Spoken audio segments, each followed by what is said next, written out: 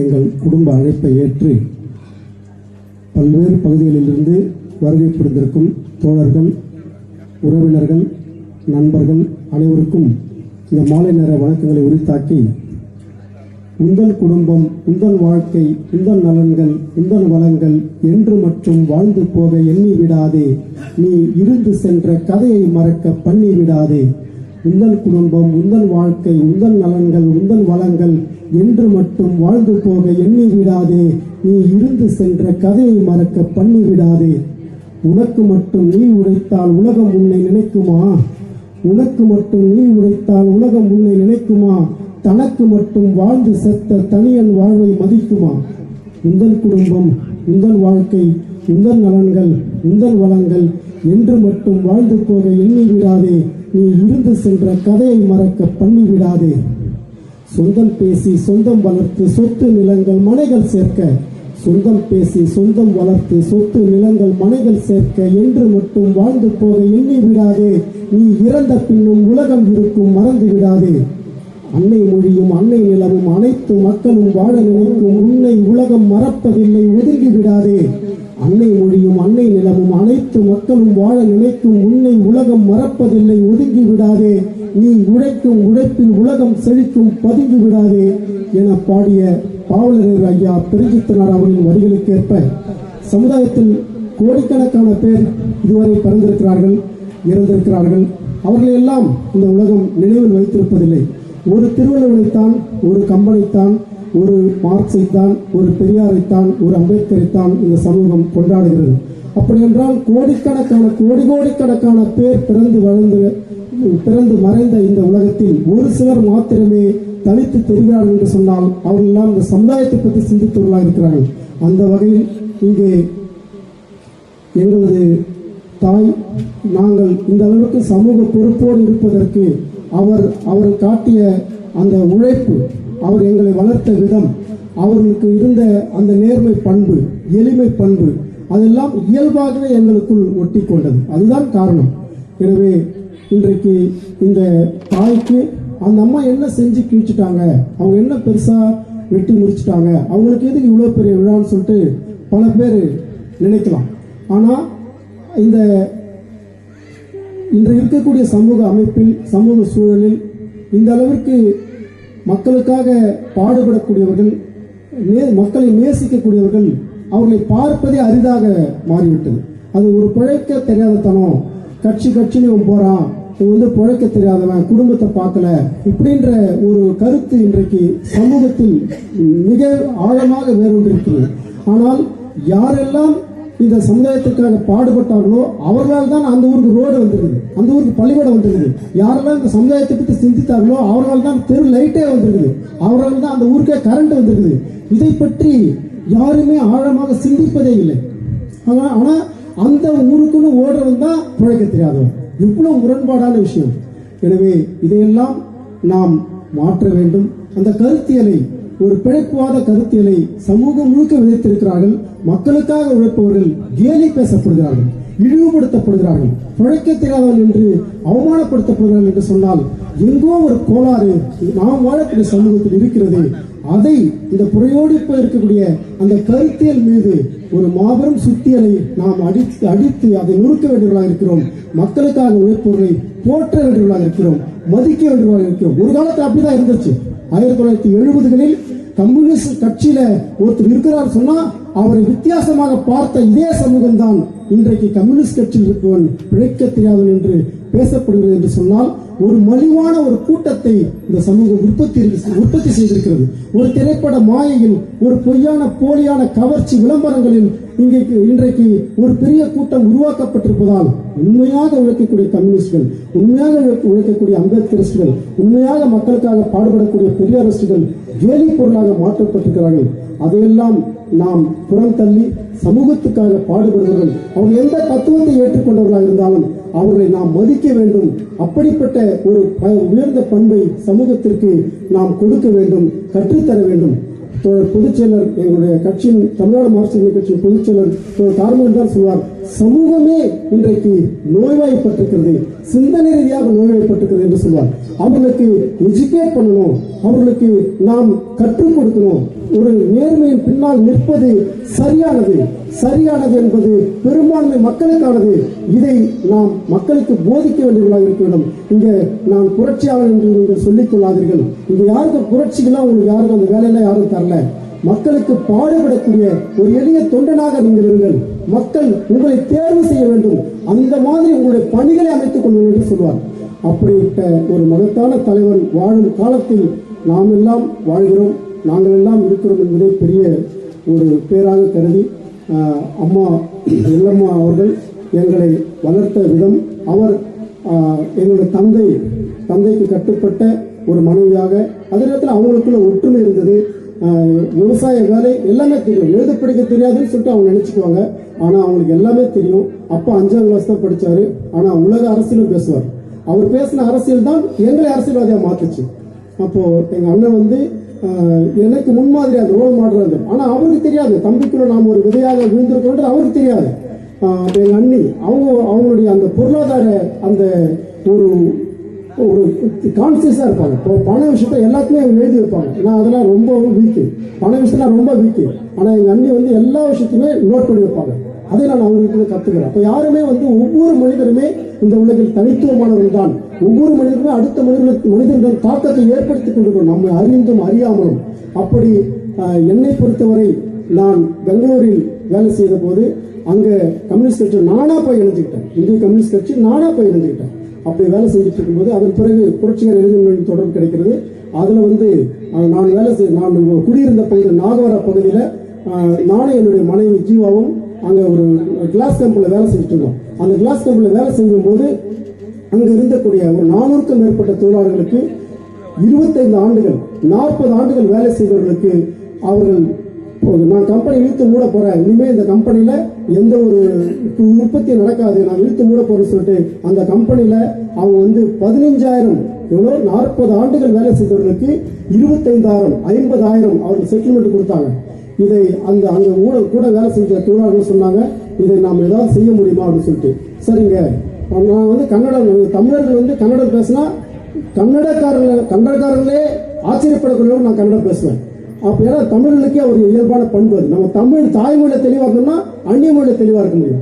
அப்ப அந்த வகையில் நான் கன்னடத்திலே பேசி இந்திய கம்யூனிஸ்ட் கட்சி மார்க்சிஸ்ட் தோழர் ஒரு கோபால் கவுடா என்ற ஒரு தோழரை போய் சந்திச்சு நான் என்னுடைய பிரச்சனை சொன்னேன். இந்த மாதிரி கிளாஸ் கேம்ப்லேருந்து வரோம், இந்த தொழிலாளர்களுக்கு இப்போ ஒரு அநீதி இழைக்கப்பட்டிருக்குது அப்படின்னு சொல்லிட்டு. சரிங்க தோழர், நம்ம கேஸ் போட்டு அதை இது பண்ணலாம்னு சொல்லிட்டு அவர் சொன்னாரு. எல்லா உரையாடலும் கன்னடத்திலும் நடக்கும். அவர்கிட்ட கேஸ் போட்டு அந்த ஒவ்வொரு தொழிலாளர்களுக்கும் 4 லட்சம் 6 லட்சம் 3 லட்சம் அவங்க அந்த காலம் எவ்வளவு காலம் உழைச்சாலும் அதை பொறுத்து அதை வாங்கி கொடுத்தோம். அது புரட்சிகர இளைஞர்கள் சார்பாகவே அதை வந்து ஒரு வெற்றி விழாவாக கொண்டாடணும், அந்த எல்லா தொழிலாளியும் வர வச்சு. இப்போ பார்த்தா ஒரு சின்ன கிராமத்திலிருந்து போனவன் இந்த அளவுக்கு ஒரு சாதனை செய்ய முடியும்னு சொன்னா உங்களுக்குள்ளும் அந்த ஆற்றல் இருக்குது, நீங்களும் இந்த சமூகத்துக்கு செய்ய முடியும். நான் ஆதமங்கலம் புதூர் பகுதியில் போயிட்டு வேலை செய்யும் போது நாங்க வந்து எந்த ஒரு விஷயத்துக்குமே புரட்சிகர இளைஞரணி காவல் நிலையம் செல்லாது, எந்த அதிகாரியும் பார்த்து பேசாது, இதுதான் எங்க கட்சியுடைய பாணி. எந்த ஒரு விஷயத்துக்குமே அது உள்ளூர் பிரச்சனையா இருந்தாலும் சரி, அந்த ஒட்டுமொத்த ஏரியா பிரச்சனையா இருந்தாலும் சரி, எதற்குமே காவல் நிலையத்துக்கு போக மாட்டோம். எதற்குமே நாங்க வந்து எந்த அதிகாரியை போய் பார்த்து பேச மாட்டோம். ஆனா அந்த பிரச்சனை 4 நாளில் தீரும். அந்த வகையில நாங்க வந்து அங்க வேலைகளை செய்வோம். அந்த மாதிரி இங்க அங்க செஞ்ச வேலைகள்ல கரும்பு விவசாயிகளுடைய ஒட்டுமொத்த பணத்தையும் ஏமாற்று ஏகாம்பரம் என்னை எவனாலையும் ஆட்ட முடியாது, அசைக்க முடியாதுன்னு சொன்னார் அவர் செயலாளர் ஏகாம்பரம். அவரை வந்து அந்த வார்த்தையை அப்படியே நோட்டீஸ்ல போட்டோம். எதுவாக இருந்தாலும் கிண்டறிகள் வந்துடும். அவங்க யாருன்னா பேசலன்னா அவங்க மாட்டி இந்த ஆளுங்க இருக்கிறாங்க, சிக்கலான ஆளுங்க அப்படின்னு சொல்லிட்டு. அப்போ அந்த மாதிரி வந்து அந்த கிண்டறிகளை போட்டு அந்த ஒட்டுமொத்த விவசாயிகளுக்கும் அவங்க இழந்த பணத்தை மொத்தம் வாங்கி கொடுத்தோம். அந்த மாதிரி எதையுமே செய்ய முடியும். எங்களுக்கு பின்னால் இருக்கக்கூடிய அந்த கட்சி, அந்த அமைப்பு, அந்த தத்துவம், அந்த அரசியல் தான் எங்களுக்கு மக்களுக்காக நிற்கக்கூடிய அந்த துணிச்சலை தந்தது. அந்த மாதிரி ஒரு சரியான பாதையின் பின்னால் பயணித்துக் கொண்டிருப்பதற்கு எங்களை வளர்த்த எங்கள் அப்பா அம்மாவின் அந்த வளர்ப்பு முறைதான் காரணம் என்று நான் நினைக்கிறேன். பல்வேறு நம்ம படிக்கிறோம், ஒரு கட்சியில் போய் சேர்றோம், அது சரியானதாக ஏற்றுக்கிறோம், அது எல்லாமே உங்களை பேசிக்ல இருந்து உங்களுக்கு அந்த உழைப்பு பண்போடு இருந்து வரும்போது தான் அது ஒரு சாத்தியம். அப்படின்னு சொல்லிட்டு இதெல்லாம் என்னுடைய பெருமை பேசுறதுக்காக இல்லை, என்னுடைய வரலாறு நான் சொன்னாதான் உங்களுக்கே தெரியும். அதுதான் இன்னைக்கு யதார்த்தமா இருக்குது, அது யாருக்கும் தெரியாது, நம்ம சொன்னாதான் தெரியும். அதற்காக தான் இந்த வரவேற்புரையை நான் பயன்படுத்திக் கொண்டேன். நேரம் கூடுதலாக எடுத்துக்கொண்டிருந்தால் மன்னிக்கும் என்று கேட்டு, எங்கள் குடும்பத்தின் சார்பாக நடக்கக்கூடிய முதல் நிகழ்வு. இனி ஒவ்வொரு ஆண்டும் கூட, ஏன்னா எங்க அப்பா இறந்து 31 வருஷம் ஆகுது. எங்க அப்பா இறந்த ஆண்டை நான் கொண்டாடினால் அது மறைமுகமாக என் அம்மாவுக்கு அது அவ்வளவு வருஷம் அப்பா செத்து இருக்கிற அப்படி மறைமுகமான ஒரு செய்தியாக போயிடும் என்று அஞ்சு நான் என் தந்தை நினைவு நாளை டிசம்பர் 8 கொண்டாடியதே இல்லை. இனி வரும் காலங்களில் எனது தந்தை நினைவு நாளையும் எனது தாய் நினைவு நாளையும் கண்டிப்பாக நாங்கள் கொண்டாடுவோம் என்று இந்த நேரத்தில் என்னுடைய ஆழ்ந்த விருப்பத்தையும் உறுத்தாக்கி பல்வேறு பகுதிகளில் இருந்து வந்திருக்கக்கூடிய மாற்று ஜனநாயக சக்திகள், நமது கட்சியின் சார்பாக வந்திருக்கக்கூடிய தோழர்கள் அனைவரையும் வரவேற்று இந்த நல்ல வாய்ப்புக்கு நன்றியும் கூறி இடம் சார்கிறேன். நன்றி, வணக்கம். அனைத்து துறைகளிலும் கல்வி, வேலைவாய்ப்பு, நீதித்துறை அனைத்திலும் தமிழ் மொழியை கொண்டு வர வேண்டும். கடந்த 30 ஆண்டுகளாக தமிழகம் முழுக்கும் சுற்றி வரக்கூடிய சின்னப்ப தமிழ் அவர்களை இணைவந்த நிகழ்த்தை அழைக்கின்றேன். தோழர் வெற்றி செல்வனுடைய தாய் இறப்பை முன்னூல் மூலமாக பார்த்தேன். நான் தொடர்ச்சியாக பல்வேறு பணிகள் ஓடிக்கொண்டிருக்கும் பொழுது அன்றைக்கு நேரடியாக பங்கெடுக்க முடியவில்லை. இன்று காலையிலே கள்ளக்குறிச்சிக்கு ஒரு நிகழ்வு நடத்த முடிந்தவுடன் சென்னையிலிருந்து தோழர் காமராஜ் அவர்கள் சொன்னார்கள், இன்று மாலை படைத்தரப்பு இருக்கு. சரி, முடித்தவுடனே அந்த அடிப்படையில் வந்திருக்கிறான். தமிழர்களை பொறுத்தவரை இப்ப தந்தை பேரை நான் நினைவுபடுத்தல, தாய் பேரை மட்டும் செய்கிறோம்ங்கிறாங்க. அது இன்றைய சூழல் சொல்றாரு. ஆனா நம்ம நீண்ட நாள் வரலாறு பார்த்தோம் சொன்னா, நினைவு போற்றும் வரலாறு என்பது தமிழர்களுக்கு தொன்மையான வரலாற்றை கொண்டது. தாய் தந்தை மட்டுமல்ல, முன்னோர் வழிபாடு நமக்கு கடவுள்னு சொல்ற பாருங்க. இந்த உருவ வழிபாடு, சிலை வழிபாடு, கோவில் வழிபாடு வருவதற்கு முன் நாம் எல்லோருமே முன்னோர் வழிபாடு தான். நம்ம தாத்தாவா இருக்கட்டும், பாட்டியா இருக்கட்டும், அதான் சொல்லுவாங்க 7 தலைமுறையை உறவு முறையில் சொல்லுவாங்க. அப்படிப்பட்ட முறை இருந்தது. அது படிப்படியாக மாறி இருக்கிறது. மாறி இருந்தாலும் இன்றைக்கு நம்ம இங்க இருக்கக்கூடிய இந்த குமுகம் சொல்ற பாருங்க, ஊரு சேரி, அது சாதியாக்கப்படுகிறது. அதுக்கடுத்து அந்த சாதிக்குள்ள மதம், அது எந்த மதமாக்கப்படுகிறது. இந்த மதத்துக்கெல்லாம் வேறாக இருக்கக்கூடியது கடவுளாக்கப்படுகிறது. இந்த 3 ஒன்றோடு ஒன்று உள்ளதான். அதுதான் இந்த முன்னோர் வழிபாடு அழிவின் வெளிப்பாடாக இது வந்திருக்கு. அதுதான் பார்ப்பனியம் என்று சொல்கிறோம். பார்ப்பனியம் வந்ததுக்கு பிறகு இது 3 ஒழிக்கப்பட்டு விட்டிருக்குது. அப்ப தமிழ் மொழியினுடைய தொன்மை, பெருமை, அதனுடைய எல்லாத்தையும் மீட்டெடுக்கணும்னு சொன்னா நம்ம முன்னோர் வழிபாடை நாம் நினைவில் எடுத்துக் கொள்ள வேண்டும். அது தாய் பிறந்த உடனேயே நாம் பிறப்பது பெயர் சூட்டு விழாகிறோம். அந்த பெயர் சூட்டு விழாவை அழித்து பார்ப்பனியம் பெயரே சோசியம் சாதகம் என்ற அடிப்படையிலே அங்கே வழி அனுப்பி விடுகிறார்கள்.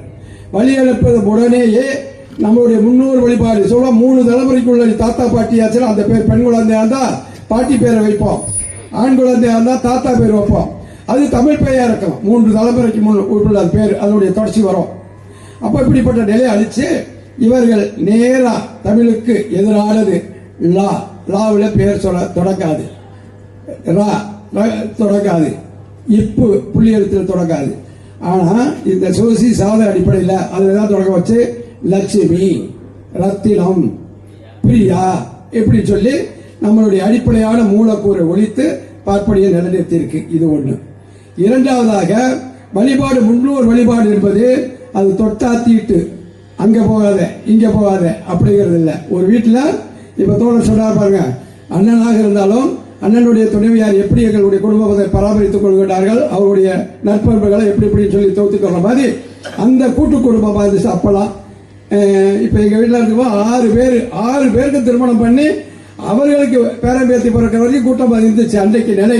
ஏன்னா அன்னைக்கு நம்மளுடைய கூட்டு உழைப்பு, ஒருத்தர் ஏர் ஓட்டது, ஒருத்தர் ஆடுபாட பார்க்கறது, ஒருத்தர் பல்வேறு வேலைகள். இன்னைக்கு எல்லாம் தனி கொடுத்தனம் ஆயிடுச்சு. இருந்தாலும் அந்த முன்னோர் வழிபாட்டில் எப்படி அழிக்கப்பட்டிருக்க அது ஒழிஞ்சு வச்சு, அது ஒழித்ததுக்கு பிறகு அவர்கள் என்ன செய்யறாங்க, அவங்க குழு வழிபாட்டை கொண்டு வந்துடுறாங்க. கோவில் நம்மளுடைய முன்னோர் வழிபாடு. நம்ம கறியோ என்ன பொருள் விரும்புகிறோமோ எடுத்துக்கொண்டு அவருடைய நினைவு நாளில் அவங்க படத்தை வைத்துட்டு நம்ம ஆக்கி சாப்பிட்டு குடும்பத்தோடு உற்றார்களும் சேர்ந்து சாப்பிட்ட பழக்கம் இருந்துச்சு. அதான் முன்னோர் வழிபாடு. அப்போ அது தெய்வ வழிபாடு அல்ல, முன்னோருடைய நினைவு வழிபாட்டு. அதை ஒழிச்சு தான் பார்ப்பனியம் கோயில் இல்லாத குடியிருக்க கூடாது அப்படின்னு ஒரு கருத்தை சொல்லி பட்டி தொட்டியெல்லாம் கோயிலை கட்டி அந்த கருவறையில் வந்து அனைத்து நம்ம திராவிட கழக தோழர்கள் வந்து நிறைய பெரியார் அதுக்கான நிறைய நூல்கள் எழுதி அதுக்கான நிறைய விளக்கம் கொடுத்திருக்கிறாரு.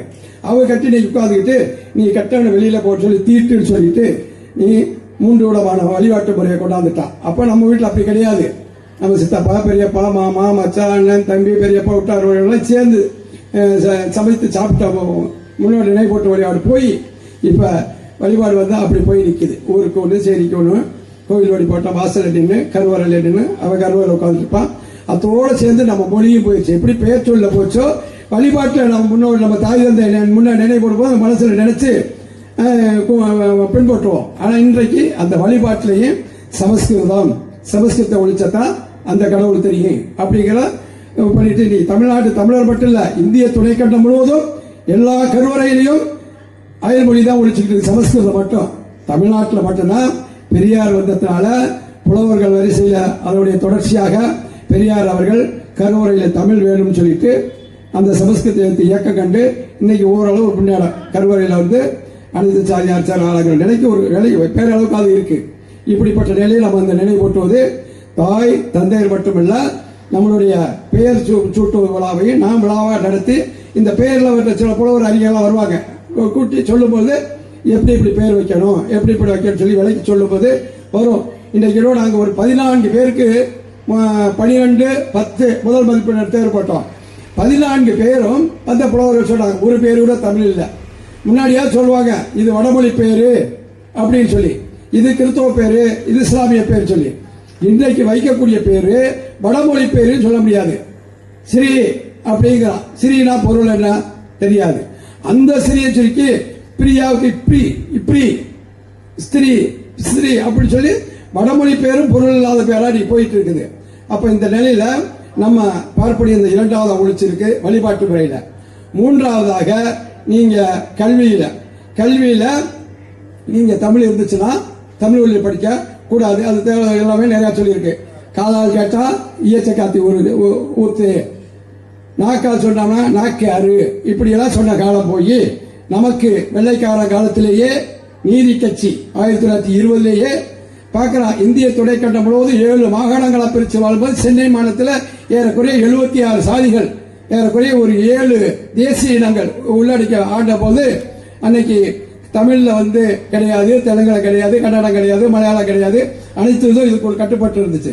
அந்த காலத்திலேயே 20 ஒரு கோரிக்கை எழுந்து 25 சென்னை பல்கலைக்கழகத்திலே தமிழ்ல கல்வி வேணும், அங்க பணி செய்யக்கூடியவெல்லாம் பேச்சு மொழியா மட்டும் தமிழ்ல பேசிட்டு இருக்கான்னு சொல்லி அதற்கான போராட்டம் 26 ஒரு குழு அமைத்துக் கொடுத்தது அந்த நீதி கட்சி.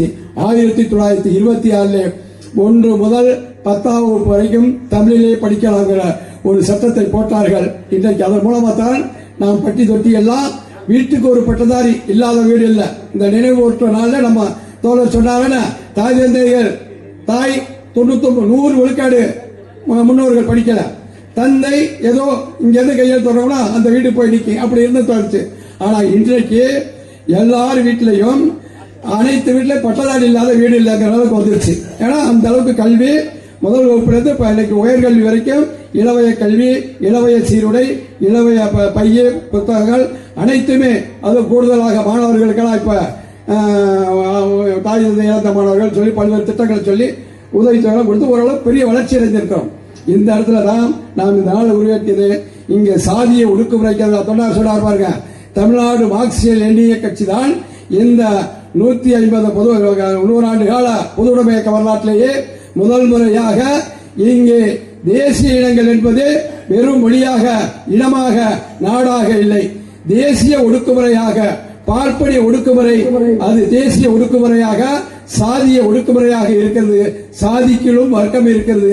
அந்த அடிப்படையிலே நாம் சாதியை கடந்து சமயத்தை கடந்து தமிழர்களாக முன்னோர்கள் வாழ்ந்ததை நெறிப்படுத்தி வாழ்வதற்கு நம் மொழி தமிழ் மொழி, நம் இனம் தமிழ் இனம், நம் நாடு தமிழ்நாடு என்று இந்த நாளில் நாம் நிறைவேற்றி நம்ம சாதிய ஒடுக்குமுறைக்கு எதிராக, தேசிய ஒடுக்குமுறைக்கு எதிராக, வர்க்க ஒடுக்குமுறைக்கு எதிராக நாம் ஒன்றுபடுவதற்கு இந்த நிகழ்விலே நாம் உறுதிமொழிப்பது சிறப்பாக இருக்கும் என்று தமிழ் வழி கல்வி மூலமாக வேண்டுகோளாக வைத்து விடைபெறுகின்றேன். நன்றி, வணக்கம்.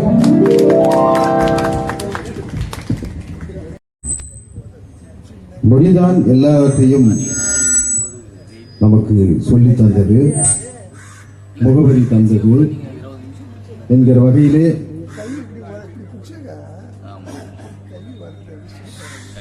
அம்மா அவர்களின் நினைவு நாளில் முதலாவதாக மொழியை குறித்து ஒரு பாடலோடு நான் தொடங்குகிறேன். தங்கத்தமிழே வணக்கம், உன் தனி புகழ் பாடினாள் ராவெல்லாம் வணக்கம். தங்கத்தமிழே வணக்கம், தங்கத்தமிழே வணக்கம், உன் தனி புகழ் பாடினால் ராவெல்லாம் வணக்கம். தங்கத்தமிழே வணக்கம்.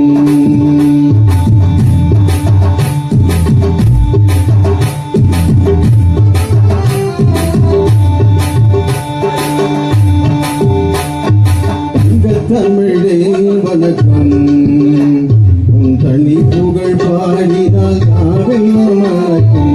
தங்கத்தமிழே வணக்கம்.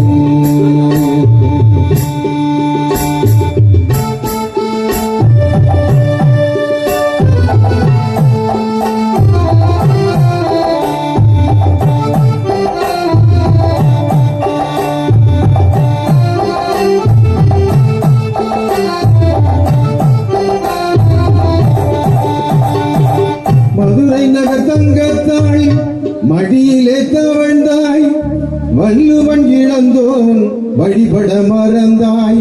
மதுரை நகர் தங்கத்தாய் மடியிலே தவழ்ந்தாய், வள்ளுவன் இழந்தோன் வழிபட மறந்தாய். புதிகள் தென்றலில் புதிகையின் தென்றலாய் சதிராடி நின்றாய், புதிகையின் தென்றலாய் சதிராடி நின்றாய். உழவர்கள் குரலில் குமலும் தந்தாய், உழவர்கள் குரலில் குமலும் தந்தாய். தங்கத்தமிழே வணக்கம், உன் தனி புகழ் பாடினால் காவெல்லாம் வணக்கம். தங்கத்தமிழே வணக்கம்.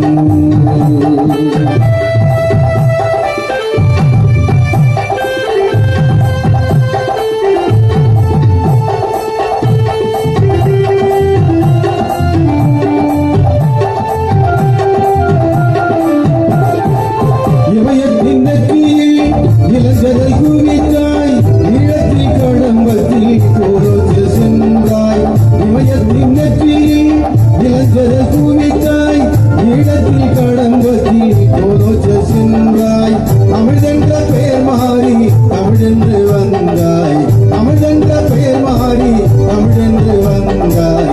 அகிலத்தை உணர்த்திய அன்னையாய் நின்றாய், அகிலத்தை உணர்த்திய அன்னையாய் நின்றாய். தங்கத்தமிழே வணக்கம், உன் தனி புகழ் பாடினால் நாவெல்லாம் வணக்கம். தங்கத்தமிழே வணக்கம்.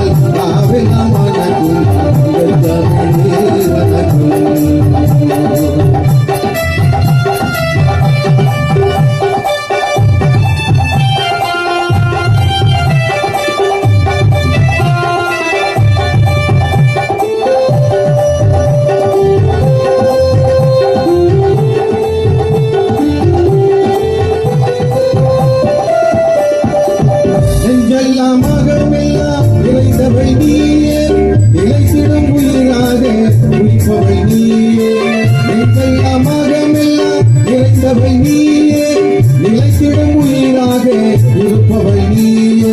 சீர்கோளாலண்டத்தை அளந்தவள் நீயே, சீர்கோளாலண்டத்தை அளந்தவள் நீயே. சீர்புகழ் பாடவே சொல்லில்லை தாயே, சீர்புகழ் பாடவே சொல்லில்லை தாயே. அந்த தமிழே வணக்கம், பணி புகழ் பாடினாய் நாவெல்லாம் வணக்கும். அந்த தமிழே வணக்கம், அந்த தமிழே வணக்கம். பணி புகழ் பாடினாய் நாவெல்லாம் வணக்கும். அந்த தமிழே வணக்கம். அண்ணாச்சார்களே, இந்த பாடலை எழுதியவர் கடந்த மாதம் உண்மையிலே உலகம் சிவக்க பாடியவன், உலகம் விடுதலை பெற பாடியவன், ஈழம் விடுதலை பெற பாடியவன் தேனிசை செல்லப்பா அவருடைய பாடல். நன்றி. இந்திய கம்யூனிஸ்ட் கட்சியினுடைய தோழியர் இளையம்மாள் படத்திறப்பு நிகழ்ச்சிக்கும் நினைவேந்தல் நிகழ்ச்சிக்கும் அதோடு கூடுதலாக இசை அஞ்சலி நிகழ்ச்சிக்கு வருகை தந்திருக்கின்ற உங்கள் அனைவரையும் வருக வருக என்று வரவேற்கின்றேன். இந்த தாயாரின் படத்தை திறந்து வைத்திருக்கின்ற தலைவர்களுக்கும் மற்ற அனைத்து கட்சி நண்பர்களுக்கும் அவர்கள் குடும்பத்தாருக்கும் புரட்சிகர இளைஞர் முன்னணி உறுப்பினர்களுக்கும் என்னுடைய மாலை நேர வணக்கத்தை தெரிவித்துக் கொள்கின்றேன். என்னுடைய நண்பர் தோழர் ஒரு 6 மாதத்திற்கு முன்னால் தஞ்சையிலே எனது அண்ணன் மகன் டாக்டராக பணியில் கொடுத்து கொண்டிருக்கிறார். திராவிடக் கழகத்திலே தஞ்சை நகரத்திலே திராவிடக் கழகத்தினுடைய நகர செயலாளராக ரங்கராஜன் அவருடைய மூலமாக தான் இந்த குடும்ப நிகழ்வும் அந்த நண்பருடைய உறவும் எனக்கு கிடைத்தது. உறவு என்றால் இப்படித்தான் இருக்க வேண்டும். மிக சிறப்பாக விமான ஒரு ஏற்பாடை செய்திருக்கிறார்கள். அவர்கள் இந்த கட்சியினுடைய கம்யூனிஸ்ட் கட்சியினால் என்ன, அது எப்படி இருந்தது, எங்கள் குடும்பம் எந்த நிலையிலே இருந்தது என்று அவர்களுடைய பத்திரிகையிலே தெளிவாக தெளிவாக சில பேர் ஒளிமறைவாக பேசுவார்கள், உள்ளொன்று வைத்து புறமொன்று பேசுவார்கள். அதுபோல இல்லாமல் நம்மளுடைய இந்த அமைப்புக்கே, அதாவது கம்யூனிஸ்டுகளும் வெண்மையாகத்தான் இருப்பார்கள் என்பதை போல அவர் எப்படியெல்லாம் மைசூரிலே பாடுபட்டார், என்னெல்லாம் செய்தார்கள் என்ற பெருமையோடு, அதோடு அவங்க குடும்பத்தை பற்றி, அவங்க அந்நியாரை பற்றியும் அந்நிய பற்றியும், ஒரு குடும்பம் ஆவதும் பெண்ணாலே அழிவதும் பெண்ணாலே என்பார்கள். அதுபோல இந்த குடும்பம், அதாவது இந்த 95 வயதிலே அந்த அம்மா கொடுத்து வைத்திருக்கிறார். அதற்கு நான் வாழ்த்து தெரிவிப்பதல்ல, அவர்களுடைய நிகழ்ச்சியிலே கலந்து கொள்வதில் மிக பெருமைப்படுகிறேன். நான் தஞ்சை மாவட்டத்திலே உங்களுக்கு அனைவருக்கும் ஒரு சில தஞ்சை மாவட்டத்தில் கும்பகோணத்திலே அருகில் உள்ள கருப்பியாவூரை சேர்ந்தவர். காங்கிரஸ் கட்சியிலே மிக பெரிய பணக்காரர். தமிழ்நாட்டிலே 14 மிராசார்கள் உள்ள ஊரிலே, அந்த ஊரிலே நான் ஊராட்சி மன்ற தலைவராக இருந்தேன். இதை எதற்காக சொல்கிறேன் என்றால், வெற்றி செல்வன் சொன்னார்கள் அந்த ஒரு கருத்திற்கு 2001 2006 வரைக்கும் அந்த ஊராட்சி மன்ற தலைவராக தேர்ந்தெடுக்கப்பட்டேன். அந்த தேர்ந்தெடுக்கப்பட்டதிலிருந்து 5 வருடமும் ஒரு நாள் போவது ஒரு வருஷம் போல இருந்தது. எனக்கு இதை எதற்கு சொல்கிறேன் என்றால், வெற்றி செல்வன் சொன்னதை அந்த ஊரை பொறுத்தவரை முதலில் தெருவிளக்குகளை சரி செய்தேன். மாதம் சென்று பார்ப்பேன். மாதம் 10ஆம் தேதி அன்னைக்கு தண்ணீர் வராது, அறிவிச்சிருவேன். அது மாதிரி ஊராட்சி மன்றத்துக்கு வருபவர்கள் வீட்டு வரி பாக்கி மற்ற, அதாவது நமக்கு கீழ் தாழ்த்தப்பட்டவர்கள் நான் இருந்த பொழுது 1000 ரூபாய் பணம் கொடுக்கணும். அவர்கள் கட்டாமையே போட்டு வச்சிருப்பாங்க. முடியாது. அவர்கள்ட்ட நான் சொல்லுவோம் பக்குவமா, நீங்க வீட்டு வரி ரசீது கட்டிவிட்டு இந்த பணத்தை வாங்கி, இல்ல கொடுக்க முடியலையா இந்த பணத்தை எடுத்துட்டு போங்க. இந்த நடைமுறையெல்லாம் எதுக்கு செஞ்சேன்னு சொன்னா அவர்களுக்கு புரிய வைக்க வேண்டும். காரணம் என்னால் வேட்டியே கட்ட முடியாது, துண்டே மேல போட முடியாது. உங்களுக்கு தெரியும் பழைய நிலைமையெல்லாம். கம்யூனிஸ்ட் கட்சி தோன்றியதாலும் புரட்சி வெடிச்சாலும் அந்த பண்ணையார் ஆதிக்கத்திலிருந்து விடுபடுவதற்கு மிகப்பெரிய கடினமாக இருந்தது. தெரியுதுங்களா? அந்த ஊரிலே என்ன செய்ததுன்னா, அவர்களுக்கு சொந்தமானது, அவர்களுக்கு சொந்தமான இன்னைக்கு மாறி போயிருக்கு. கிட்டத்தட்ட ஏழை குடிசுகளுக்கு மின்சார வாரியத்தில் 500 வீடுகளுக்கு ஒத்தலைட்டு வாங்கி கொடுத்தேன். அப்பொழுது கலைஞர் அவர்கள் ஆட்சியிலே, அதாவது ஜெயலலிதா, நான் இருந்த பொழுது ஜெயலலிதா அம்மா இருந்தார்கள். அதற்கு பிற்பாடு கலைஞர் அவர்கள் முதலமைச்சராக ஆன பொழுது டிவி கொடுத்தார்கள். டிவி கொடுத்ததை அந்த ஒத்த லைட்டை 3 லைட்டாக மாற்றி கொடுத்தார்கள். அந்த பெருமை எனக்கு சேர்ந்தது. அதே மாதிரி சுடுகாட்டு பாதைகளை எடுத்து இன்றைக்கும் இந்த ரோடு போல எடுத்து இது செய்து அதே மாதிரி 35 கிலோ அரிசி கிட்டத்தட்ட 450 பேருக்கு மேல் வாங்கி கொடுத்தேன். அந்த ஊரை பொறுத்தவரை மாடி வீட்டில் இருந்தாலும் சரி, குடிசையில் இருந்தாலும் சரி, வேலைக்கு போனாலும் சரி, காரணம் எந்த சொந்தமும் கிடையாது. இருக்கிற வீடே அவங்களுக்கு சொந்தம் கிடையாது. அந்த பகுதியில் அப்படி ஒரு வாழை இருக்கின்றால் அவர்களை கேட்டுக்கிட்டு தான் வெட்டணும், அவங்கள்ட்ட தான் புத்தகம் கொடுக்கணும். அந்த மாதிரி இருந்த ஊரை இந்த கம்யூனிஸ்ட் கட்சி, இந்திய கம்யூனிஸ்ட் கட்சி தான் அங்கே புரட்சிகரமாக நடத்தி மிக சிறப்பாக பணியாற்றினோம். அதனுடைய வழியிலே இன்றைக்கும் அந்த நடைமுறை இருந்துகிட்டு இருக்கு. இது எதுக்கு சொல்றேன்னு சொன்னா, அவர் சொன்னார்ல தோழர், உண்மையிலே அதுதான் காரணம். அவர் பிழைக்க தெரியாத பிழைக்க தெரியறது இல்லை, உண்மையா நேர்மையா இருக்கணும்னா நேர்மையே நமக்கு வழி. இன்னைக்கு வேணா எப்படி வேணாலும் இருந்துட்டு போகலாம், என்ன வேணாலும் சொல்லிட்டு போகலாம். இன்னைக்கு இருக்கின்ற விஜய் முதலமைச்சர் அவர்கள் என்ன சொல்லியிருக்கிறாருங்க, வருஷத்துக்கு 6 சிலிண்டர் தரேன் இருக்காரு, 2500 ரூபா பணம் தரேன்னாரு. அதை விட என்ன செஞ்சிருக்கிறாரு, அனைத்து பெண்களுக்கும் தமிழ்நாடு முழுக்களும் இலவச பஸ், இந்த மூணு திட்டத்தையும் நிறைவேற்றிட்டோம். அதே போலதான் மேற்கு வங்கத்தில், அதுக்காக தான் இதை சொல்ல வரேன். மேற்கு வங்கத்தில் 30 வருஷம் கிட்டத்தட்ட கம்யூனிஸ்ட் கட்சி சிபிஎம் ஆண்டது. ஒரு வீடு சுத்தமாக எல்லாம் போயிடுச்சு. இந்த முறை தான் ஒரு உறுப்பினர் வந்திருக்கிறார் உண்மையிலே. ஆனா அங்க என்ன சட்டம் தெரியுமா கொண்டு வந்திருக்காங்க, பணம் தான், இலவசம் தான். அதாவது உழைப்பையும் நேர்மையும் நீங்கள் கொடுத்து வாழ முடியாது என்பது போல பாஜக சொல்லலாம். இன்னைக்கு அந்த முதலமைச்சர் 3000 ரூபாய் கையெழுத்து தரத்துக்கு முதல் கையெழுத்து போட்டிருக்கிறார். மேற்கு வங்கத்திலே பெண்களுக்கு 3000 ரூபாய் பணம். அப்ப என்ன நினைக்கிறாங்கன்னா, உழைக்காம எப்படியோ எது போனாங்க, அது தவறான கருத்து. நம்மள சொல்லுவாங்க என்ன, அவங்க தான் அரசாங்கம் தான் கொடுக்குறாங்க, யாருக்கு கொடுக்குறாங்க, நம்மளுடைய வரி பணம். இன்னைக்கு எவ்வளவு ஏறி போயிருக்குது. ஒன்றும் இல்லை, வெளிநாடுகளில் சண்டை நடந்து இன்னைக்கு என்ன, ஒரு டீ இந்த பகுதியில் எப்படின்னு தெரியல, எங்க பகுதி தஞ்சை பகுதியிலாம் 20 ரூபாய்க்கு வந்துருச்சு டீ, 15 ரூபா வடை. இப்படி இருக்குது. என்ன செய்ய முடியுங்க, பொருளாதாரம். அதாவது நினைச்சு பார்க்கணும். இதெல்லாம் கேட்கறது, கம்யூனிஸ்ட் கட்சி உடஞ்சி போயிருக்கலாம், ஒரு காலத்தில் இதுதான் நீடிக்கும். நிச்சயமாக இது நிகழ்ப்பாக மாறும். அதற்கு உதாரணம் இப்பொழுது பாடல் இலங்கையிலே புரட்சி வெடித்த போது கம்யூனிஸ்ட் கட்சியினுடைய தோழர்கள் படத்தை தான் தேடினார்கள். இது வென்றே தீரும், நிச்சயம் வெற்றி பெறுவோம், செதறி கிடக்கலாம், எப்படி ஒன்றுபடுவோம், போராடுவோம், வெற்றி பெறுவோம் என்று கொடுத்த வாய்ப்புக்கு நன்றி கூறி விடைபெறுகிறேன். நன்றி, வணக்கம். அந்த பகுதியில் ஏற்பட்ட ஜமீன்தாருடைய பண்ணையுடைய நிலையில் எப்படி ஊராட்சி மன்ற தலைவராக இருந்தார் என்பதை அருமையாக விளக்கினார். அவருக்கு நன்றி. அடுத்தபடியாக இந்த மாவட்டத்தினுடைய திராவிட கழகத்தைச் சார்ந்த தோழர் ப. அண்ணாதாசன் அவர்களை நினைவேந்தல் உரை ஆற்ற அழைக்கின்றேன். நிகழ்வில் கலந்து கொண்டுள்ள அனைத்து தோழர்களுக்கும் எனது முதற்கண் வணக்கத்தை தெரிவித்துக் கொள்கிறேன். வெற்றி செல்வன் தோழர் அவர்களின் தாயார் எல்லம்மாள் அவர்களின் நினைவேந்தல் படத்திறப்பு விழா இந்த நிகழ்ச்சியில் கலந்து கொள்வதற்கு எனக்கு வாய்ப்பளித்தமைக்கு நன்றி. ஏன் தாயாருக்கு படத்திறப்பு விழா என்று சொன்னால், தற்போதைய சூழலை பார்க்கும்போது நிச்சயமாக இது தேவை. இங்கு தாய்மார்கள் தான் அதிக அளவு கலந்து கொண்டிருக்க வேண்டும். ஏனென்றால் அவர்களுக்கு தான் இது தெரிய வேண்டும்.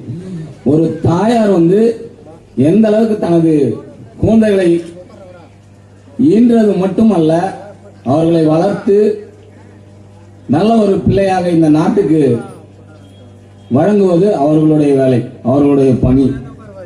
அவர்களால் மட்டுமே முடியும். ஏனென்றால் தந்தை என்பவர் வருமானத்துக்காக மட்டுமே உழைத்துக் கொண்டே இருக்கின்றார். காலை கிளம்பியதிலிருந்து இரவு 9-10 மணிக்கு தான் வீட்டுக்கு வருவார் தந்தை. ஆனால் தாயார் தான் குழந்தை காலை எழுப்புவதிலிருந்து அவர் பள்ளிக்கு செல்வதிலிருந்து திரும்பி வந்தது முதல் கல்வியை கற்றுக் கொடுப்பதில் எப்படி அவன் முன்னேறுகிறான் என்பதை ஆழ்ந்து சிந்தித்து அவனுக்கேற்ற உணவையும் அவனை மேன்மைப்படுத்தி அவனை ஒழுக்க நெறியோடு வளர்ப்பது தாயின் கடமை, தாயின் பணியாக இருந்தது. கடமை என்பதை விட பணியாக இருந்தது. எனவேதான் நாம் தாய்க்கு முன்னுரிமை அளிக்கிறோம். தோழர் அவர்களின் தாயாரை நான் பேசி இருக்கிறேன். அவர்கள் பேசும்போது அவருடைய துணி அவ்வளவு வயது, 90 வயதை கடந்த தாயார் அந்த குரல் மணி போன்று இருக்கும்.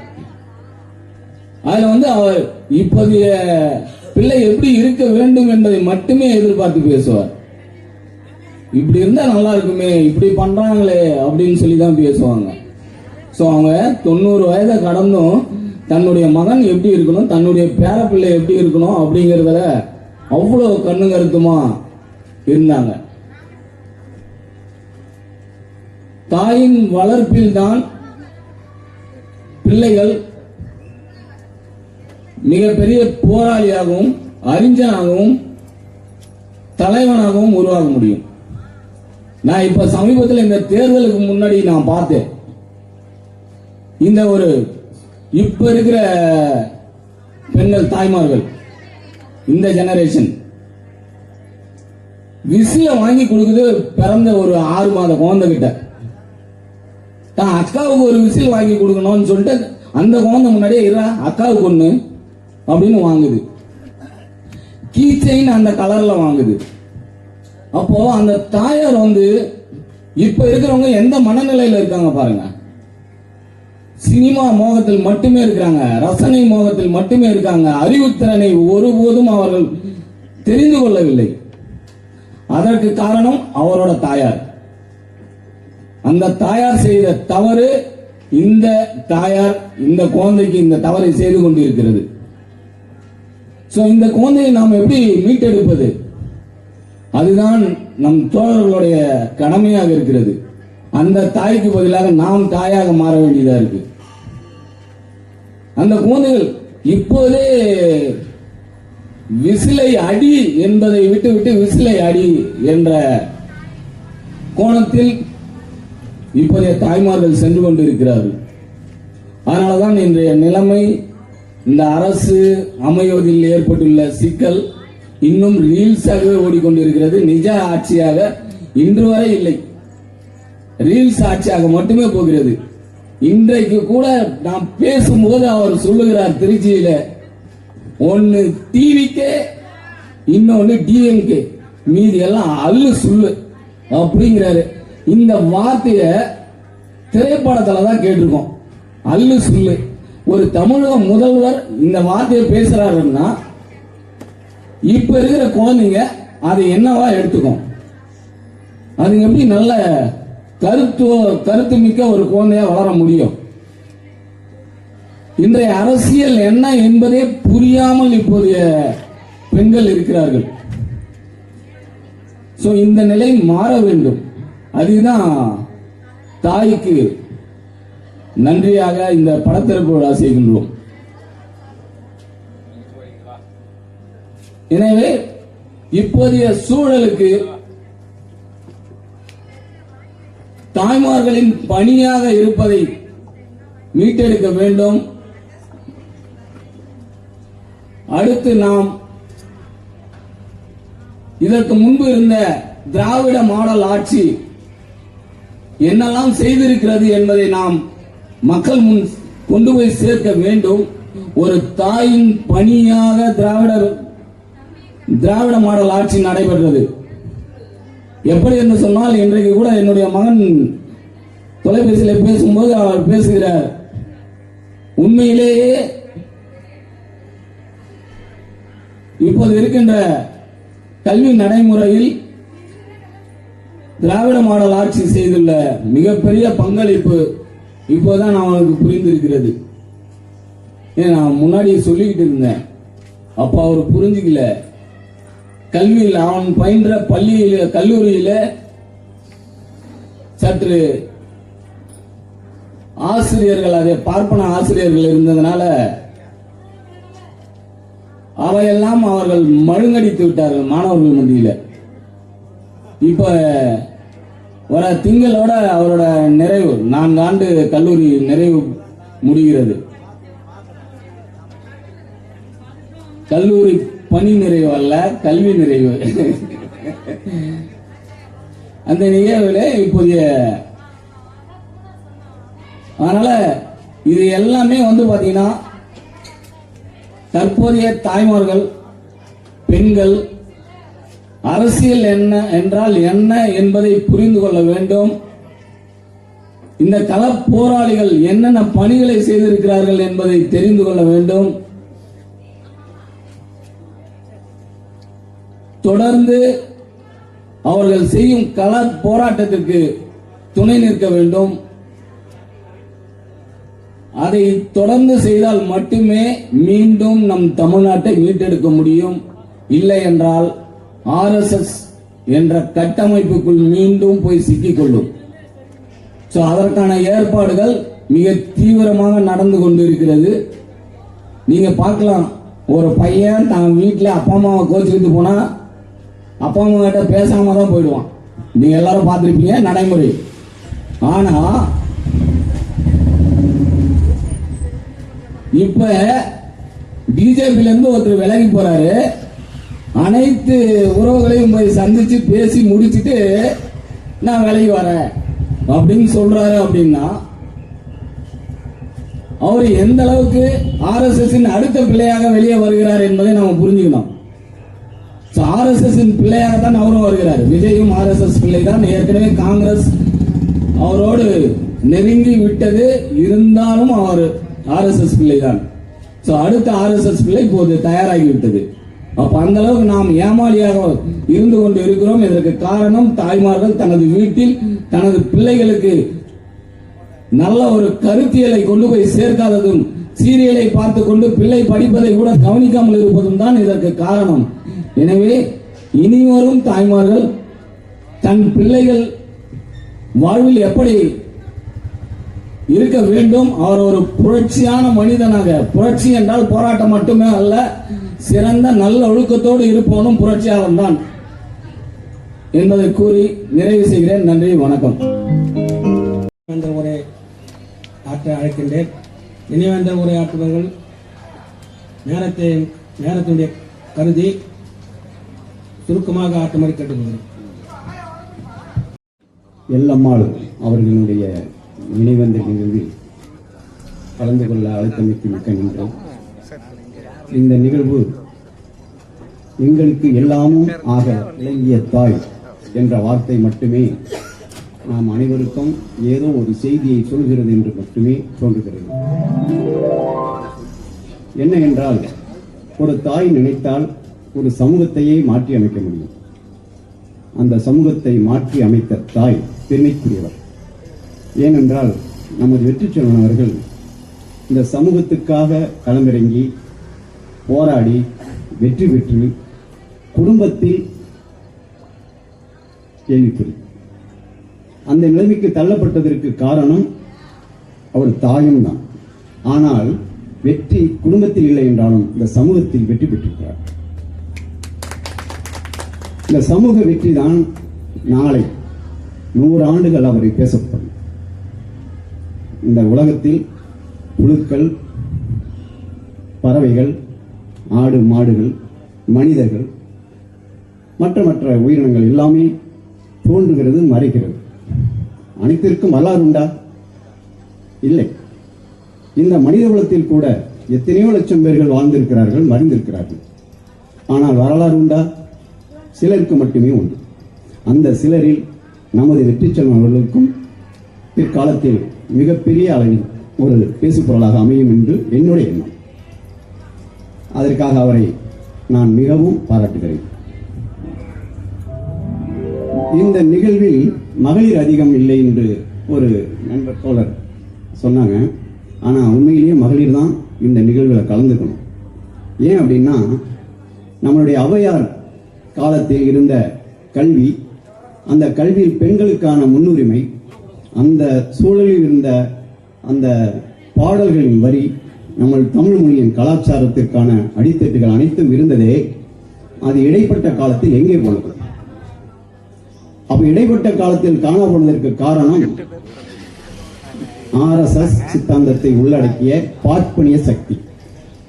அந்த பார்ப்பனிய சக்தியினுடைய சூழ்ச்சி வலையில் சிக்கி அதற்கு பின்னர் வந்த நம்மளுடைய மக்கள் தடம்பரண்டு, திசை மாறி, கல்வியை இழந்து, தன் உரிமையை இழந்து, தன் வாழ விரும்பிய வாழ்க்கையை இழந்து வாழ்ந்து கொண்டிருக்கிறோம் என்றால் அதற்கு என்ன காரணம்?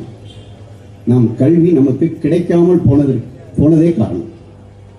அந்த கல்வி நம்மளுக்கு கிடைக்காம போனதுக்கு யாரு காரணம் அப்படின்னா, கைபர் போலன் கணவாய் வழியாக இந்தியாவில் ஆடு மாடு மேற்கொண்டு பிழைப்பு நடத்த வந்த இந்த ஆரிய கூட்டம், பார்ப்பனிய கூட்டம், இன்றைய ஐயர்கள் என்று சொன்னாதான் உங்களுக்கு எல்லாம் புரியும். பார்ப்பனியம்னா என்னன்னு தெரியாது சில பேருக்கு. ஐயர் கூட்டம் தான் நம்மளை சூழ்ச்சியால் வலை கொண்டு வீழ்த்தி விட்டார்கள் என்று நான் சொல்றேன். அந்த சூழ்ச்சியினுடைய எல்லை தான் இன்னைக்கு நடந்திருக்கக்கூடிய அரசியல் பித்தலாட்டத்தினுடைய ஒரு வகை. அந்த அரசியல் பித்தலாட்டத்தை புரிந்து கொள்ளாமல் இந்த மகளிர், நம்மளுடைய பெரியவர்கள், பேரன் சொன்னா, என் புள்ள சொன்னா, என் குட்டி சொன்னிச்சு, நான் ஓட்டு போட்டேன் அப்படின்னு சொன்னாங்களே, அதுல ஏதாவது அர்த்தம் இருக்கா? இல்ல. ஆனா நம்ம சமூகம் 100 வருஷம் முன்னாடி வந்ததை திரும்பி 100 வருஷம் பின்னாடி தூண்டி விட போறதுக்கான வேலை நடந்துகிட்டு இருக்கு. இப்ப என்ன நடந்துருச்சு?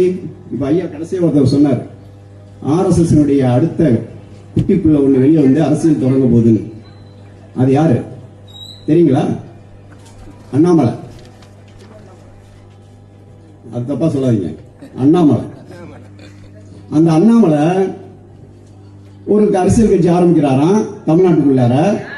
அது எல்லா RSS காரங்க, பிஜேபி காரங்க, எல்லா தலைவர்கள்ட்டையும் ஆசி வாங்கிக்கிட்டு வந்து ஆரம்பிக்க போறாங்க.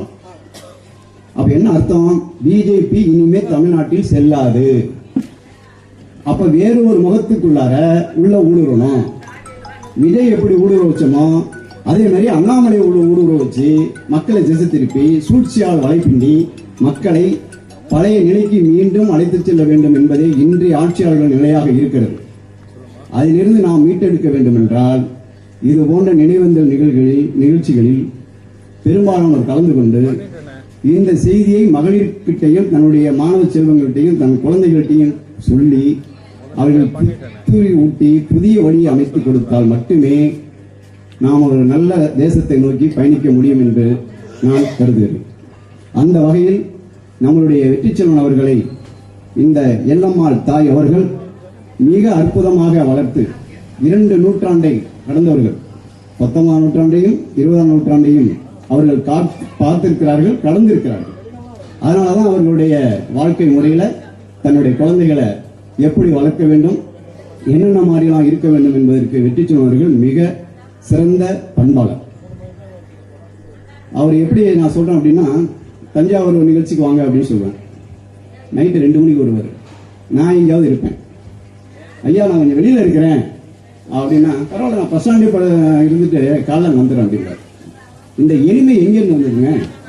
அந்த அம்மாட்ட தான் வந்தது. அப்படிப்பட்ட ஒரு நபருக்கு நாம் எல்லாமே ஒரு சப்போர்ட்டாக இருந்து அவங்களுக்கு அந்த பிரச்சாரத்தை குழுவுக்கு நம்முடைய சப்போர்ட்டாக இருந்து வழிநடத்தி சென்றால் இந்த சமூகத்தை மாற்றி அமைக்க முடியும் என்ற அந்த கருத்தை இங்கே கூறிக்கொண்டு இந்த மேடையில் என்னை பேச வைத்தமைக்கு நன்றி கூறி விடைபெறுகிறேன். வணக்கம்.